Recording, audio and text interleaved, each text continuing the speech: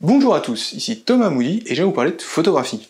Aujourd'hui on va parler des photographes américains et de l'image que l'on a d'eux. C'est quelque chose qui a tendance à m'agacer un petit peu des fois et auquel je participe aussi en en parlant, en écrivant des épisodes d'incroyables photographes dessus, en parlant sur la chaîne, en présentant leurs livres. Bref, on va parler de l'image qu'on a d'eux, mais avant ça, un petit truc, du café. C'était pas prévu mais il est là et j'ai soif donc on y va. Plus le temps passe, plus je relativise un petit peu sur la photographie américaine, enfin celle qui a été faite aux USA. On va y revenir, c'est important. Ce que je vais dire, ça n'enlève rien au talent des photographes iconiques dont j'ai déjà parlé plein de fois sur cette chaîne. Je vous laisse même citer des noms en commentaire si vous êtes fort et si vous vous souvenez de certains. C'est pas du tout le but de dénigrer leur image, au contraire. Seulement voilà, je trouve que l'on sous-estime pas mal l'importance du pays dans leur réussite, et ça c'est pour plusieurs raisons. Tout d'abord, on aime ce que l'on connaît, et ça a toujours été comme ça. C'est pour ça qu'on écoute des albums en boucle, et qu'à 31 ans, j'écoute encore parfois Hybrid Theory de Linkin Park, que j'écoutais adolescent.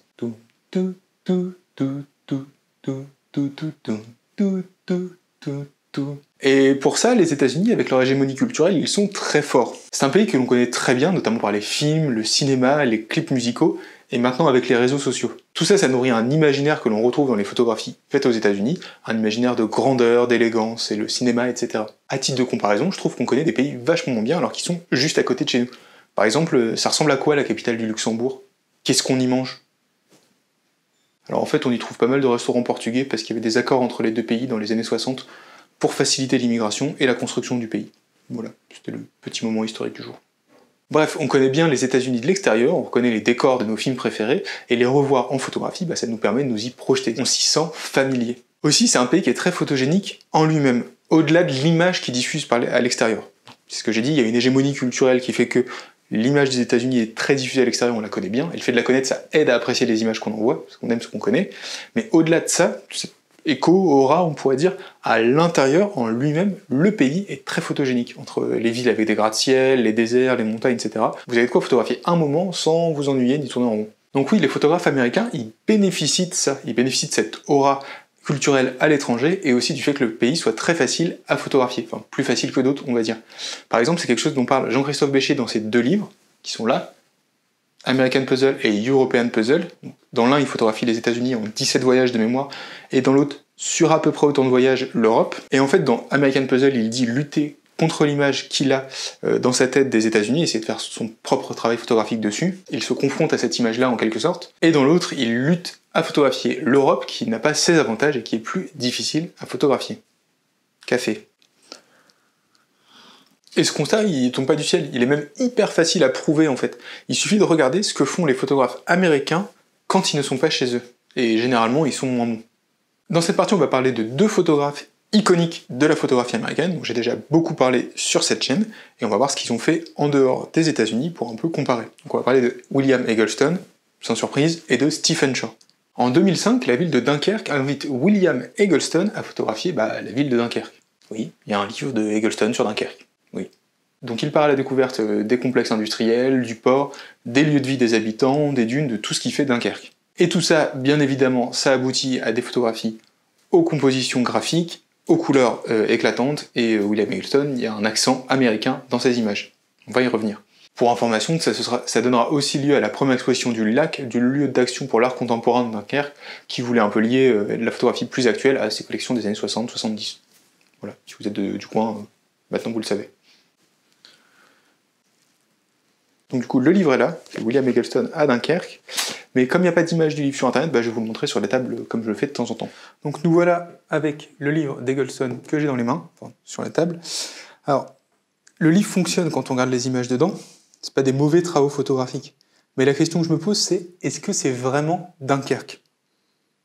Parce que j'ai l'impression qu'on y retrouve des choses qu'il aurait pu faire un peu aux États-Unis. Alors je vous montre, c'est page 4. Alors regardez, ça c'est typiquement une photo qu'il aurait pu faire à Memphis. Avec le Coca-Cola dans la main, sur la table, il y a une ambiance un peu de diners, c'est très américain. Et en fait, je me demande si il n'a pas un peu appliqué sa recette sur Dunkerque, plutôt que vraiment s'être approprié l'esprit de la ville, qui est le titre du livre, c'est The Spirit of Dunkerque. Alors oui, Eggleston, on le convoque pour son style, c'est normal qu'on retrouve sa patte, mais parfois j'ai l'impression qu'il est perdu quand il est un peu loin de ses bases, il est plus aux États-Unis et qu'il essaye un peu de retrouver ses marques et de rester dans des choses qu'il maîtrise, des façons de faire qu'il maîtrise, plutôt que de s'approprier vraiment l'esprit de la ville en fait. Encore une fois, c'est écrit dessus Spirit of Dunkerque, et en le regardant, j'ai plutôt l'impression que c'est l'esprit de l'Amérique ramené à Dunkerque que vraiment l'esprit de la ville. Alors si vous habitez dans le coin de Dunkerque et que vous voulez le voir par vous-même, il coûte 5 € ce livre, ils le vendent au Lac, au lieu d'art contemporain, si ça vous intéresse. À titre de comparaison, et j'en parlerai sûrement dans une autre vidéo, la ville de Sète, elle organise chaque année une résidence avec un photographe, et j'ai l'impression qu'un photographe français en France, qui photographie les lieux, galère moins que Eggleston hors des États-Unis. L'esprit du lieu, pour le coup c'est le nom du livre, est à mon sens plus préservé en fait, quand on déplace un photographe français plutôt qu'un américain comme ici, qui va un peu rechercher à reproduire, typiquement ça aurait pu être fait aux États-Unis, c'est pas vraiment Dunkerque en fait. Voilà. Ça paraît très américain, ça aurait pu tout à fait aux États-Unis, il n'y a pas vraiment ce qui fait Dunkerque, j'ai l'impression, dans ce livre. Bon, c'était pour vous le montrer avant de passer à l'exemple suivant qui sera Stephen Shore. Café. Et maintenant, on va parler de Stephen Shore à Giverny. Alors, on m'a déjà dit que ça se disait Steven, mais qu'il y a un PH, ça me perturbe tout le temps. Pour l'abonné qui me l'a dit, je suis désolé. Alors, vous le savez probablement pas, très probablement pas même, mais j'ai grandi en Normandie et maintenant j'habite dans le Nord. Entre le cidre et la bière, mon cœur a tranché. Mais il y a un endroit que j'ai toujours apprécié, qui était très proche de chez mes grands-parents quand j'étais petit, c'est la maison de Claude Monet à Giverny. Alors j'en ai un très bon souvenir, je me souviens d'y avoir été plein de fois avec mes grands-parents quand j'étais gamin, me balader dans les jardins, et c'était avant l'époque où la région a vraiment décidé de pousser l'impressionnisme, et a fait de cet endroit une usine à touristes. Donc il y a plein de cars de touristes japonais et asiatiques qui viennent sur place acheter des reproductions low cost de tableaux, et c'est vraiment blindé, et ça perd un peu de son charme, mais bref, moi j'en ai plein de très bons souvenirs. Et du coup quand j'ai appris que Stephen Shore, sur lequel j'avais fait une vidéo, avait fait un livre sur le lieu, j'ai sauté dessus. Donc ce travail d'ailleurs il a même été réexposé récemment sur place, en 2015, ce qui a été l'occasion un peu de le redécouvrir et de le remontrer au public. Alors c'est le Metropolitan Museum à New York qui lui a demandé d'aller faire des photographies de ce que j'ai compris, et il y a été au début de la restauration vers 1977, et il y a été 2 autres fois au moment de la réouverture en 81 et 82, à peu près faire ces images. Ce travail photographique il a fait l'objet d'un livre, je vous disais que j'ai acheté, qui est l'un des tout premiers sur les jardins. Et ça ressemble à ça, The Garden of Giverny par Stephen Shore. Je le lis à peu près. L'exposition a montré une bonne partie des images du livre, c'était assez marrant parce qu'on peut s'amuser à essayer de retrouver les endroits, pour ceux qui connaissent le lieu, où ont été prises les images, et est-ce que ça a toujours été comme ça a changé, tout ça. On peut voir un peu comment il a évolué à travers ce travail. En fait, le jardin, il a pas tant changé que ça, c'est un peu comme le squelette sous la peau est encore là, et la peau a un peu vieilli, et ça a un peu changé tout ça, les os ont un peu grandi, mais il reste globalement le même à travers ces images. Et les images de Shore, elles sont comment? Je vais vous en montrer quelques-unes, et on peut dire qu'elles sont pas terribles. Alors, vous les voyez à l'écran, on n'est ni dans des images très détaillées, la Uncommon Places, le travail qui invite vraiment le lecteur à se plonger dedans, ni dans un travail sur l'expérience de voir, tel qu'il l'a fait dans American Surfaces.